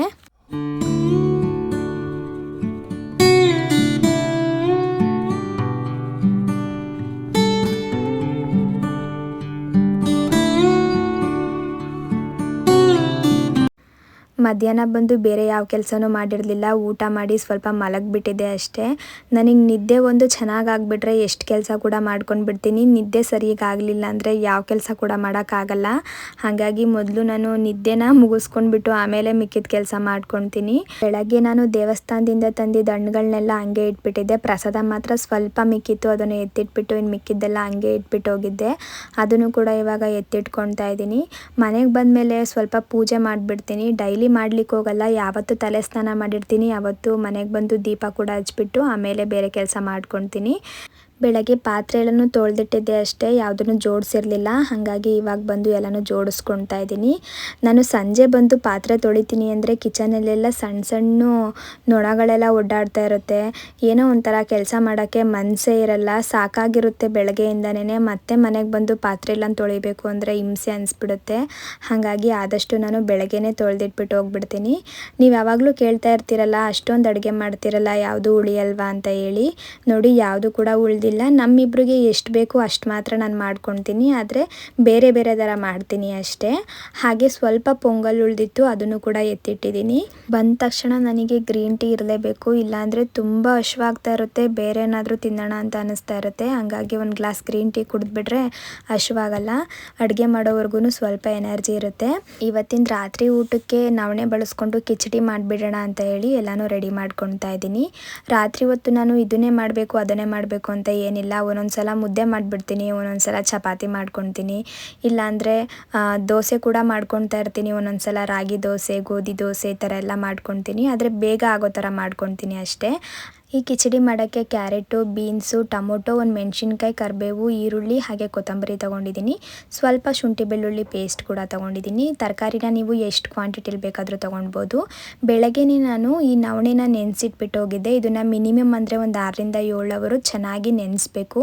ಇದು ಜಾಸ್ತಿ ನೆನೆದಷ್ಟು ಕೂಡ ಒಳ್ಳೆಯದು. ನಾನು 1 ಕಪ್ ಆಗೋವಷ್ಟು ನವಣೆ ತೊಗೊಂಡಿದ್ದೀನಿ. ನನ್ನ ತಮ್ಮ ಕೂಡ ಬರ್ತೀನಿ ಅಂದ, ಹಾಗಾಗಿ ಈ ಕಪ್ಪಲ್ಲಿ ತೊಗೊಂಡಿದ್ದೀನಿ. ಜೊತೆಗೆ 1 ಸ್ಪೂನ್ ಮೊಸೂರು ದಾಲ್, 1 ಸ್ಪೂನ್ ಆಗೋವಷ್ಟು ಹೆಸರು ಬೇಳೆ ಕೂಡ ಹಾಕ್ಕೊಂಡು ಚೆನ್ನಾಗಿ ತೊಳ್ಕೊತಾ ಇದ್ದೀನಿ. ಇದನ್ನು ಸ್ವಲ್ಪ ಚೆನ್ನಾಗಿ ತೊಳಿಬೇಕು, ಒಂದು 5ರಿಂದ 6 ಸಲನಾದರೂ ತೊಳಿಬೇಕು, ಆವಾಗ ಅದು ನೀಟಾಗಿ ಕ್ಲೀನ್ ಆಗುತ್ತೆ. ಕುಕ್ಕರ್ಗೆ ತೊಳೆದಿಟ್ಕೊಂಡಿರೋ ನವಣೆ ಸೇರಿಸ್ಕೊಂಡು ಒಂದು 2 ಸ್ಪೂನ್ ಆಗುವಷ್ಟು ತೊಗರಿ ಕಾಳು ಹಾಕ್ಕೊಂಡಿದ್ದೀನಿ. ಮನೇಲಿ ತೊಗರಿ ಕಾಳಿತ್ತು ಹಂಗಾಗಿ ಸೇರಿಸ್ಕೊಂಡೆ ಅಷ್ಟೇ. ಸ್ವಲ್ಪ ಉಪ್ಪು ಹಾಗೆ ಅರಿಶಿನದ ಪುಡಿ ಹಾಕ್ಕೊಂಡು ಒಂದು 3 ಗ್ಲಾಸ್ ಅಷ್ಟು ನೀರನ್ನ ಹಾಕ್ಕೊಳ್ತಾ ಇದ್ದೀನಿ. ಅಕ್ಕಿ ಆದರೆ 2 ಗ್ಲಾಸ್ ಹಾಕ್ಕೊಳ್ತೀವಿ, ಇದು ನವಣೆ ಆಗಿರೋದ್ರಿಂದ 1 ಗ್ಲಾಸ್ ನೀರು ಜಾಸ್ತಿನೇ ಹಾಕ್ಕೊಳ್ಬೇಕು. ಒಂದು 2ರಿಂದ 3 ವಿಷಲ್ ಕೂಗಿಸ್ಕೊಂಡ್ರೆ ಸಾಕು, ನವಣೆ ಬೆಂದೋಗ್ಬಿಡುತ್ತೆ. ಅಷ್ಟರಲ್ಲಿ ಒಗ್ಗರಣೆ ಮಾಡ್ಕೊಂಡು ಬಿಡೋಣ ಅಂತ ಒಂದು ಕಡಾಯಿಗೆ ಒಂದು 2 ಸ್ಪೂನಷ್ಟು ಎಣ್ಣೆ ಹಾಕಿ 1 ಟೀ ಸ್ಪೂನಷ್ಟು ಜೀರಿಗೆ ಹಾಗೆ ಕರಿಬೇವು, 1 ಹಸಿರು ಮೆಣಸಿನ್ಕಾಯಿನ ಹಾಕ್ಕೊಂಡು ಜೊತೆಗೆ ಈರುಳ್ಳಿ ಕೂಡ ಸೇರಿಸ್ಕೊಳ್ತಾ ಇದ್ದೀನಿ. ಈರುಳ್ಳಿನ ಸ್ವಲ್ಪ ಸಣ್ಣದಾಗಿ ಕಟ್ ಮಾಡಿ ಹಾಕ್ಕೊಳ್ಬೇಕು. ಹಾಗೆ ಕ್ಯಾರೆಟ್, ಸ್ವಲ್ಪ ಬೀನ್ಸ್ನು ಕೂಡ ಸೇರಿಸ್ಕೊಂಡು ಲೋ ಫ್ಲೇಮ್ ಮಾಡಿ ಚೆನ್ನಾಗಿ ಫ್ರೈ ಮಾಡ್ಕೊಳ್ತಾ ಇದ್ದೀನಿ. ಈ ತರಕಾರಿ ಎಲ್ಲ ಈ ಎಣ್ಣೆಲೇ ಚೆನ್ನಾಗಿ ಫ್ರೈ ಆದರೆ ರುಚಿ ಚೆನ್ನಾಗಿ ಬರುತ್ತೆ. ಸ್ವಲ್ಪ ಉಪ್ಪನ್ನ ಸೇರಿಸ್ಕೊಂಡು ಬೇಯಿಸ್ಕೊಳ್ಳೋದ್ರಿಂದ ಬೇಗನೆ ಬೆಂದೋಗ್ಬಿಡುತ್ತೆ. ಇವಾಗ ಈ ತರಕಾರಿ ಕೂಡ ಬೆಂದಿದೆ, ಒಂದು 5ರಿಂದ 6 ನಿಮಿಷ ಬೇಯಿಸ್ಕೊಂಡ್ರೆ ಸಾಕು, ತರಕಾರಿ ಬೆಂದೋಗ್ಬಿಡುತ್ತೆ.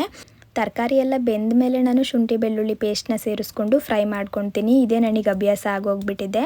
ಇವಾಗೆಲ್ಲನೂ ಚೆನ್ನಾಗಿ ಮಿಕ್ಸ್ ಮಾಡಿಕೊಂಡು ಒಂದು ಅರ್ಧ ಟೊಮೊಟೊ ಕೂಡ ಸೇರಿಸಿ ಲಿಡ್ ಕ್ಲೋಸ್ ಮಾಡಿ ಬೇಯ್ಲಿಕ್ಕೆ ಬಿಟ್ಬಿಟ್ಟಿದೆ. ಇವಾಗ ಟೊಮೊಟೊ ಕೂಡ ಚೆನ್ನಾಗಿ ಸಾಫ್ಟ್ ಆಗಿದೆ. ಅಷ್ಟರಲ್ಲಿ ನವಣೆ ಕೂಡ ಬೆಂದಿತ್ತು, ಅದನ್ನು ಕೂಡ ಇವಾಗ ಇದಕ್ಕೆ ಸೇರಿಸ್ಕೊಂಡು ಚೆನ್ನಾಗಿ ಮಿಕ್ಸ್ ಮಾಡ್ಕೊತಾ ಇದ್ದೀನಿ. ನಾನಿವತ್ತು ಸ್ವಲ್ಪ ಕ್ವಾಂಟಿಟಿ ಜಾಸ್ತಿನೇ ಮಾಡ್ಕೊಂಡಿದ್ದೀನಿ, ಯಾಕಂದರೆ ನನ್ನ ತಮ್ಮ ಕೂಡ ಬರ್ತೀನಿ ಅಂತ ಹೇಳಿದ್ದ, ಅವನಿಗೆ ಪ್ರಸಾದ ಕೊಟ್ಟು ಕಳಿಸ್ಬೇಕಿತ್ತು, ಹಾಗಾಗಿ ಸ್ವಲ್ಪ ಜಾಸ್ತಿನೇ ಮಾಡ್ಕೊತಾ ಇದ್ದೀನಿ. ಈಗ ಇದಕ್ಕೊಂದು ಗ್ಲಾಸ್ ನೀರು ಸೇರಿಸಿ 1 ಸ್ಪೂನ್ ಚಿಲ್ಲಿ ಪೌಡರ್, 1 ಸ್ಪೂನ್ ಧನಿಯಾ ಪೌಡರ್, ಒಂದು ಅರ್ಧ ಸ್ಪೂನಷ್ಟು ಗರಂ ಮಸಾಲ, ಸ್ವಲ್ಪ ಜೀರಿಗೆ ಪುಡಿ ಸೇರಿಸಿ ಚೆನ್ನಾಗಿ ಮಿಕ್ಸ್ ಮಾಡಿಕೊಂಡ್ರೆ ಆಯಿತು. ಒಂದು 5 ನಿಮಿಷ ಇದನ್ನು ಲೋ ಫ್ಲೇಮಲ್ಲೇ ಚೆನ್ನಾಗಿ ಕುದಿಸ್ಬೇಕು, ಚೆನ್ನಾಗಿ ಮಿಕ್ಸ್ ಮಾಡ್ಕೊಳ್ಬೇಕು, ಇಲ್ಲ ಅಂದರೆ ಇದು ಕೂಡ ಗಂಟಾಗಿ ಹೋಗ್ಬಿಡುತ್ತೆ. ಕೊನೆಯಲ್ಲಿ ನಾನು ಕೊತ್ತಂಬರಿ ಸೊಪ್ಪನ್ನ ಸೇರಿಸ್ಕೊಳ್ತಾ ಇದ್ದೀನಿ. ಈ ಕಿಚಡಿ ಬೇಗನೆ ರೆಡಿಯಾಗಿ ಹೋಗ್ಬಿಡುತ್ತೆ. ಹಾಗೆ ಯಾರಾದರೂ ವೆಯ್ಟ್ ಲಾಸ್ ಮಾಡೋರು ರಾತ್ರಿ ಯಾವ ಡಿನ್ನರ್ನ ತೊಗೊಳ್ಬೇಕು ಅನ್ನೋಂಗಿದ್ರೆ ಇದು ಬೆಸ್ಟ್ ಅಂತಲೇ ಹೇಳ್ಬೋದು. 1 ಬೌಲ್ ಆಗೋಷ್ಟು ಈ ಕಿಚಡಿ ತೊಗೊಂಡ್ರೆ ಸಾಕು, ಹೊಟ್ಟೆ ಫುಲ್ ಆಗುತ್ತೆ. ಹಾಗೆ ಲಾಸ್ಟಲ್ಲಿ ಸ್ವಲ್ಪ ಗೋಡಂಬಿ ಕೂಡ ಸೇರಿಸ್ಕೊಳ್ತಾ ಇದ್ದೀನಿ. ಇದು ಬೇಗನೆ ಆಗೋಗ್ಬಿಡುತ್ತೆ, ಹಾಗಾಗಿ ನಾನು ರೆಡಿ ಮಾಡ್ಕೊಂಡ್ಬಿಟ್ಟೆ. 7:30 ಅಷ್ಟರಲ್ಲಿ ಎಲ್ಲ ನನ್ನ ಊಟ ಮುಗ್ದೋಗ್ಬಿಡ್ತು. ಊಟ ಎಲ್ಲ ಮುಗಿಸಿ ಸ್ವಲ್ಪ ಹೊತ್ತು ರೆಸ್ಟ್ ಮಾಡಿ ನನ್ನ ತಮ್ಮ ಕೂಡ ಬಂದಿದ್ದ, ಅವನಿಗೂ ಕೂಡ ಊಟ ಕೊಟ್ಟು ಪ್ರಸಾದ ಕೊಟ್ಟು ಅವನು ಕೂಡ ಕಳಿಸ್ದೆ. ಹಾಗೆ ನೀವು ಕೇಳ್ತಾ ಇರ್ತೀರಲ್ವ, ವಿಂಟರಲ್ಲಿ ನಿಮ್ಮ ಸ್ಕಿನ್ ಕೇರ್ನ ಯಾವ ಥರ ಮಾಡ್ಕೊತೀರಾ, ನಮ್ಮ ಜೊತೆ ಕೂಡ ಶೇರ್ ಮಾಡಿ ಅಂತ. ಹಾಗಾಗಿ ನಾನಿವತ್ತು ಆ ವಿಡಿಯೋ ಕೂಡ ಶೇರ್ ಮಾಡ್ತಾ ಇದ್ದೀನಿ. ನಾನಿವತ್ತು ದಾಸವಾಳದ ಹೂವು ಹಾಗೆ 1-2 ಗುಲಾಬಿ ಹೂಗಳನ್ನ ಸೇರಿಸ್ಕೊಂಡು ರೋಸ್ ವಾಟರ್ ಥರ ಮಾಡ್ಕೊತಾ ಇದ್ದೀನಿ. ಇದಕ್ಕೆ ನಾವು ಈ 2 ಹೂಗಳನ್ನೂ ಸ್ವಲ್ಪ ಚೆನ್ನಾಗಿ ತೊಳ್ಕೊಂಡು ಬಿಡಬೇಕು. ತೊಳೆದಿದ್ದಾದಮೇಲೆ ಒಂದು ಪಾತ್ರೆಗೆ 1 ಗ್ಲಾಸಷ್ಟು ನೀರು ಸೇರಿಸ್ಕೊ ಈ ಗುಲಾಬಿ ಮತ್ತು ದಾಸವಾಳದ ಹೂವನ್ನ ಸೇರಿಸಿ ಲಿಡ್ ಕ್ಲೋಸ್ ಮಾಡಿ ಒಂದು 2ರಿಂದ 3 ನಿಮಿಷ ಲೋ ಫ್ಲೇಮಲ್ಲಿ ಕುದಿಸ್ಕೊಳ್ತಾ ಇದ್ದೀನಿ. 1 ಗ್ಲಾಸ್ ನೀರು ಅರ್ಧ ಗ್ಲಾಸ್ ಆಗೋವರೆಗೂ ನಾವು ಇದನ್ನು ಚೆನ್ನಾಗಿ ಕುದಿಸ್ಕೊಳ್ಬೇಕು. ಇದು ತಣ್ಣಗಾದ್ಮೇಲೆ ಒಂದು ಸ್ಪ್ರೇ ಬಾಟ್ಲಲ್ಲಿ ಹಾಕಿ ಫ್ರಿಜ್ಜಲ್ಲಿ ಸ್ಟೋರ್ ಮಾಡಿ ಇಟ್ಕೊಂಡ್ಬಿಟ್ರೆ ಸುಮಾರು ಒಂದು 8ರಿಂದ 10 ದಿನ ನಾವು ಬಳಸ್ಕೊಳ್ಬೋದು. ರಾತ್ರಿ ಹೊತ್ತು ಮಲಗುವಾಗ ಇದನ್ನು ಸ್ವಲ್ಪ ಮುಖಕ್ಕೆ ಸ್ಪ್ರೇ ಮಾಡಿ ಮಲ್ಕೊಳ್ಳೋದ್ರಿಂದ ನಮ್ಮ ಸ್ಕಿನ್ ಡ್ರೈ ಆಗಲ್ಲ. ಸ್ಪೆಷಲಿ ಈ ಕಾಂಬಿನೇಷನ್ ಸ್ಕಿನ್ ಹಾಗೆ ಡ್ರೈ ಸ್ಕಿನ್ ಅವ್ರು ಇರ್ತಾರಲ್ಲ, ಅವ್ರಿಗೆ ಇದು ಬೆಸ್ಟ್ ಅಂತಲೇ ಹೇಳ್ಬೋದು. ನನ್ನ ಸ್ಕಿನ್ ಕೂಡ ಕಾಂಬಿನೇಷನ್ ಸ್ಕಿನ್, ಹಾಗಾಗಿ ನಾನು ವಿಂಟರ್ ಸೀಸನಲ್ಲಿ ಈ ರೋಸ್ ವಾಟರ್ ಅಥವಾ ಹೈಬಿಸ್ಕಸ್ ವಾಟರ್ನ ಮಾಡಿ ಇಟ್ಕೊಂಡ್ಬಿಟ್ಟಿರ್ತೀನಿ. ಡೈಲಿ ಮಲಗೋ ಟೈಮಲ್ಲಿ ಮುಖಕ್ಕೆ ಸ್ಪ್ರೇ ಮಾಡಿ ಮಲ್ಕೊಂಡ್ರೆ ಆಯಿತು.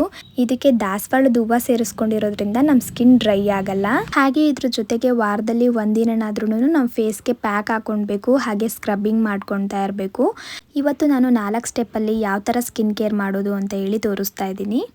ಮೊದಲು ನಾನು ನನ್ನ ಫೇಸ್ಗೆ ಸ್ಟೀಮ್ ಕೊಟ್ಕೊಂಡ್ಬಿಡ್ತೀನಿ. ಈ ಥರ ಸ್ಟೀಮ್ ಕೊಟ್ಕೊಳ್ಳೋದ್ರಿಂದ ಓಪನ್ ಪೋರ್ಸಲ್ಲಿರೋ ಡೆಸ್ಟು ಹಾಗೆ ಆಯಿಲ್ ಎಲ್ಲ ಹೊರಗಡೆ ಬರುತ್ತೆ, ಹಾಗಾಗಿ ಸ್ಟೀಮ್ ತೊಗೊಳ್ತಾ ಇದ್ದೀನಿ. ನಾನು ಒಂದು 30ರಿಂದ 60 ಸೆಕೆಂಡ್ ಸ್ಟೀಮ್ ತೊಗೊಳ್ತೀನಿ ಅಷ್ಟೇ, ತುಂಬ ಹೊತ್ತೇನು ತೊಗೊಳಕ್ಕೆ ಹೋಗೋದಿಲ್ಲ. ಸೆಕೆಂಡ್ ಸ್ಟೆಪ್ಪು ಕ್ಲೆನ್ಸಿಂಗ್ ಇರುತ್ತೆ. ಹಾಗೆ ಸ್ಟೀಮ್ ತೊಗೊಳೋಕ್ಕಿಂತ ಮುಂಚೆನೇ ನಾವು ಮುಖನ ಚೆನ್ನಾಗಿ ವಾಶ್ ಮಾಡಿ ಆಮೇಲೆ ಸ್ಟೀಮ್ ತೊಗೊಳ್ಬೇಕು. ನಾನು ಇದನ್ನು ಹೇಳೋದೇ ಮರೆತುಬಿಟ್ಟೆ, ಹಾಗಾಗಿ ಹೇಳ್ತಾ ಇದ್ದೀನಿ. ಹಾಗೆ ಕ್ಲೆನ್ಸಿಂಗ್ಗೆ ಏನೇನು ಬೇಕು ಅಂತ ಹೇಳಿ ನಾನು ಇವಾಗ ತೋರಿಸ್ತೀನಿ. ಮೊದಲು ನಾನು 1 ಸ್ಪೂನ್ ಆಗುವಷ್ಟು ಹಸಿ ಹಾಲನ್ನ ತೊಗೊಂಡಿದ್ದೀನಿ. ಅದಕ್ಕೆ 1 ಚಿಟಿಕೆಯಷ್ಟು ಕಸ್ತೂರಿ ಅರಿಶಿನದ ಪುಡಿ ಸೇರಿಸ್ಕೊಳ್ತಾ ಇದ್ದೀನಿ. ಹಾಲಾಗಿರ್ಬೋದು, ಮೊಸರಾಗಿರ್ಬೋದು, ಹಾಗೆ ಜೇನುತುಪ್ಪ ನಮ್ಮ ಮುಖಕ್ಕೆ ನ್ಯಾಚುರಲ್ ಕ್ಲೆನ್ಸಿಂಗ್ ಆಗಿ ವರ್ಕ್ ಮಾಡುತ್ತೆ. ಇವಾಗ ನಾನು ಇದನ್ನು ಚೆನ್ನಾಗಿ ಮಿಕ್ಸ್ ಮಾಡ್ಕೊಂಡ್ಬಿಟ್ಟು ಒಂದು ಸ್ವಲ್ಪ ಕಾಟನ್ ಮುಖಾಂತರ ಫೇಸ್ಗೆ ಚೆನ್ನಾಗಿ ಅಪ್ಲೈ ಮಾಡ್ಕೊತಾ ಇದ್ದೀನಿ. ಕೈಯಲ್ಲಿ ಬೇಕಾದರೂ ಅಪ್ಲೈ ಮಾಡ್ಕೊಂಡು ಬಿಡ್ಬೋದು, ಆದರೆ ಕಾಟನಲ್ಲಿ ಅಪ್ಲೈ ಮಾಡ್ಕೊಳ್ಳೋದ್ರಿಂದ ಎಲ್ಲ ಕಡೆ ಚೆನ್ನಾಗಿ ಸ್ಪ್ರೆಡ್ ಆಗುತ್ತೆ. ಆಮೇಲೆ ಒಂದು 2ರಿಂದ 3 ನಿಮಿಷ ಕೈಯಲ್ಲೇ ಚೆನ್ನಾಗಿ ಮಸಾಜ್ ಮಾಡಿಕೊಂಡು ಒಂದು 5 ನಿಮಿಷ ಡ್ರೈ ಆಗಲಿಕ್ಕೆ ಅಂತ ಹೇಳಿ ಬಿಟ್ಬಿಡ್ತೀನಿ.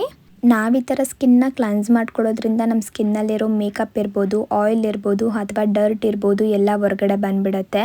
ಈಗ ಒಂದು 10 ನಿಮಿಷ ಆದಮೇಲೆ ತಣ್ಣಗಿರೋ ನೀರಲ್ಲಿ ಫೇಸ್ನ ವಾಶ್ ಮಾಡಿ ನೀಟಾಗಿ ಒರೆಸ್ಕೊಳ್ತಾ ಇದ್ದೀನಿ. ನೀವಿವಾಗ ನನ್ನ ಫೇಸ್ನು ಕೂಡ ನೋಡ್ಬೋದು, 2 ಸ್ಟೆಪ್ಪಲ್ಲಿ ಸ್ಕಿನ್ ಎಷ್ಟು ಚೆನ್ನಾಗಿ ಗ್ಲೋ ಬಂದಿದೆ ಅಂತ ಹೇಳಿ. ಇವಾಗ ನೆಕ್ಸ್ಟ್ ಸ್ಟೆಪ್ ಬಂದು ಫೇಸ್ ಪ್ಯಾಕ್ ಅಥವಾ ಸ್ಕ್ರಬ್ಬಿಂಗು. ನಾನು ಇದಕ್ಕೆ ಒಂದು ಅರ್ಧ ಸ್ಪೂನಷ್ಟು ಅಕ್ಕಿ ಹಿಟ್ಟು ತೊಗೊಂಡಿದ್ದೀನಿ, ಹಾಗೆ ಒಂದು ಅರ್ಧ ಸ್ಪೂನಷ್ಟು ಮೊಸೂರು ದಾಲ್ನ ಪೌಡರ್ ಮಾಡಿ ಸೇರಿಸ್ಕೊಳ್ತಾ ಇದ್ದೀನಿ. ಮೊಸೂರು ದಾಲ್ನ ಚೆನ್ನಾಗಿ ವಾಶ್ ಮಾಡಿ ಒಣಗಿಸಿ ಪೌಡರ್ ಮಾಡಿ ಇಟ್ಕೊಳ್ಬೇಕು. ಹಾಗೆ 1 ಸ್ಪೂನಷ್ಟು ಹಾಲಿನ ಕೆನೆನ ತೊಗೊಳ್ತಾ ಇದ್ದೀನಿ, ಹಾಗೆ 1 ಚಿಟಿಕೆಯಷ್ಟು ಹಳದಿ ಪುಡಿನ ಸೇರಿಸ್ಕೊಳ್ತಾ ಇದ್ದೀನಿ, ಕಸ್ತೂರಿ ಅರಿಶಿನ, ಹಾಗೆ ರೋಸ್ ವಾಟರ್ನ ಮಾಡಿಟ್ಕೊಂಡಿದ್ನಲ್ಲ ಅದನ್ನು ಕೂಡ ಸೇರಿಸ್ಕೊಂಡು ಚೆನ್ನಾಗಿ ಮಿಕ್ಸ್ ಮಾಡ್ಕೊಳ್ತಾ ಇದ್ದೀನಿ. ನಮ್ಮಲ್ಲಿ ಐಬಿಸ್ಕಸ್ ಅಥವಾ ರೋಸ್ ವಾಟರ್ ಮನೇಲಿ ಇಲ್ಲ ಅಂದರೆ ನಾವು ನಾರ್ಮಲ್ ವಾಟರ್ನೂ ಕೂಡ ಹಾಕ್ಕೊಂಡು ಮಿಕ್ಸ್ ಮಾಡ್ಕೊಳ್ಬೋದು, ಆದರೆ ರೋಸ್ ವಾಟರ್ ಹಾಕೊಂಡ್ರೆ ತುಂಬಾ ಒಳ್ಳೆಯದು. ನಾನು ಇದನ್ನು ಪ್ಯಾಕ್ ಅಥವಾ ಸ್ಕ್ರಬ್ಬಿಂಗ್ ಅಂತ ಯಾಕೆ ಹೇಳಿದೆ ಅಂದರೆ ಇದರಲ್ಲಿ ನಾವು ಅಕ್ಕಿ ಹಿಟ್ಟನ್ನ ಹಾಕ್ಕೊಂಡಿರೋದ್ರಿಂದ ಸ್ಕ್ರಬ್ಬಿಂಗ್ ಮುಖಾಂತರ ಡೆಡ್ ಸ್ಕಿನ್ನ ರಿಮೂವ್ ಮಾಡುತ್ತೆ, ಹಾಗೆ ಸ್ಕಿನ್ನು ಕೂಡ ಪಾಲಿಷ್ ಮಾಡುತ್ತೆ ಅಂತ ಹೇಳ್ಬೋದು. ಹಾಗೆ ಮೊಸೂರು ದಾಲ್ ಪೌಡರ್ ಹಾಕ್ಕೊಂಡಿರೋದ್ರಿಂದ ಇದು ನಮ್ಮ ಫೇಸಲ್ಲಿರೋ ಪಿಗ್ಮೆಂಟೇಷನ್ನ ಕಡಿಮೆ ಮಾಡುತ್ತೆ, ಹಾಗೆ ಸ್ಕಿನ್ನ ಸ್ವಲ್ಪ ಗ್ಲೋ ಬರಲಿಕ್ಕೆ ಹೆಲ್ಪ್ ಮಾಡುತ್ತೆ. ಜೊತೆಗೆ ಆ್ಯಂಟಿ ಏಜಿಂಗ್ ಪ್ರಾಬ್ಲಮ್ನು ಕೂಡ ಇದು ಕಡಿಮೆ ಮಾಡುತ್ತೆ.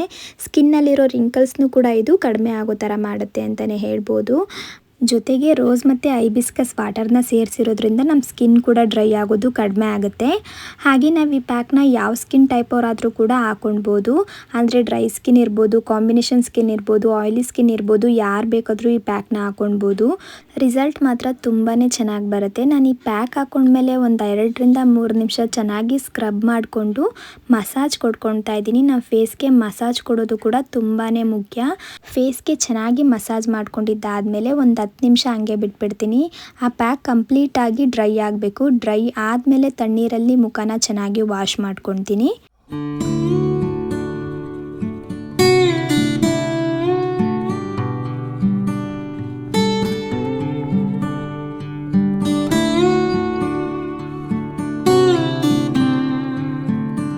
ಫೋರ್ತ್ ಸ್ಟೆಪ್ ಬಂದು ಮಾಯ್ಶ್ಚರೈಸಿಂಗ್. ನಾವು ಇದನ್ನು ಅಪ್ಲೈ ಮಾಡ್ಕೊಳ್ಳೋದ್ರಿಂದ ನಮ್ಮ ಮುಖಕ್ಕೆ ಎಕ್ಸ್ಟ್ರಾ ಮಾಯ್ಶ್ಚರೈಸಿಂಗ್ ಕ್ರೀಮ್ನ ಅಪ್ಲೈ ಮಾಡಿ ಮಲ್ಕೊಳ್ಬೇಕು ಅನ್ನೋದೇನಿಲ್ಲ. ಇದೇ ನಮ್ಮ ಸ್ಕಿನ್ಗೆ ತುಂಬ ಚೆನ್ನಾಗಿ ಎಫೆಕ್ಟಿವ್ ಆಗಿ ವರ್ಕ್ ಮಾಡುತ್ತೆ. ಇದಕ್ಕೆ ನಾನು 1 ಸ್ಪೂನಷ್ಟು ಮೊಸರು ಹಾಗೆ 1 ಚಿಟಿಕೆಯಷ್ಟು ಅರಿಶಿನದ ಪುಡಿನ ಚೆನ್ನಾಗಿ ಮಿಕ್ಸ್ ಮಾಡಿಕೊಂಡು ಫೇಸ್ಗೆ ಅಪ್ಲೈ ಮಾಡ್ಕೊಳ್ತಾ ಇದ್ದೀನಿ. ನಾವು ಈ 4 ಸ್ಟೆಪ್ಪಲ್ಲಿ ಫೇಸ್ಗೆ ಹಾಗೆ ನೆಕ್ಕಿಗೂ ಕೂಡ ಎಲ್ಲನೂ ಅಪ್ಲೈ ಮಾಡ್ಕೊಳ್ಬೋದು. ನಾನು ವಿಡಿಯೋ ಮಾಡ್ತಾ ಇರೋದ್ರಿಂದ ನೆಕ್ಕಿಗೆಲ್ಲ ಅಪ್ಲೈ ಮಾಡಲಿಕ್ಕೆ ಹೋಗಿಲ್ಲ, ಫೇಸಿಗೆ ಮಾತ್ರ ಅಪ್ಲೈ ಮಾಡ್ಕೊಂಡಿದ್ದೀನಿ. ನೀವೇನಾದರೂ ಈ ಥರ ಪ್ಯಾಕ್ನ ಮಾಡ್ಕೊಳ್ಳೋ ಹಂಗಿದ್ರೆ ಫೇಸ್ಗಿರ್ಬೋದು, ಫ್ರಂಟ್ ನೆಕ್ಕಿಗಿರ್ಬೋದು, ಬ್ಯಾಕ್ ನೆಕ್ಕಿಗಿರ್ಬೋದು ಎಲ್ಲ ಕಡೆ ಅಪ್ಲೈ ಮಾಡ್ಕೊಳ್ಳಿ. ನೀವಿವಾಗ ನೋಡ್ತಿರ್ಬೋದು ನನ್ನ ಸ್ಕಿನ್ ಎಷ್ಟು ಚೆನ್ನಾಗಿ ಗ್ಲೋ ಬಂದಿದೆ ಅಂತ ಹೇಳಿ, ಹಾಗೆ ಸಾಫ್ಟ್ ಕೂಡ ಆಗಿದೆ. ನಾನು ಯಾವುದೇ ಥರ ಫಿಲ್ಟರ್ ಹಾಕಿ ವಿಡಿಯೋ ಮಾಡ್ಕೊಂಡಿಲ್ಲ, ನ್ಯಾಚುರಲ್ಲಾಗಿ ನನ್ನ ಸ್ಕಿನ್ ಯಾವ ಥರ ಇದೆ ಅದೇ ಥರ ನಾನು ನಿಮಗೆ ತೋರಿಸ್ತಿದ್ದೀನಿ. ಲಾಸ್ಟಲ್ಲಿ ನಾನು ರೋಸ್ ಮತ್ತು ಐಬಿಸ್ಕಸ್ನ ಹಾಕಿ ಒಂದು ವಾಟರ್ ಮಾಡ್ಕೊಂಡಿದ್ನಲ್ಲ ಅದನ್ನು ಸ್ಪ್ರೇ ಮಾಡಿ ಮಲ್ಕೊಳ್ತೀನಿ. ಇದು ನನ್ನ ವಿಂಟರ್ ಸ್ಕಿನ್ ಕೇರ್ ಅಂತ ಹೇಳ್ಬೋದು. ಐ ಹೋಪ್ ಇವತ್ತಿನ ವಿಡಿಯೋ ನಿಮಗೆ ಇಷ್ಟ ಆಗಿರ್ಬೋದು.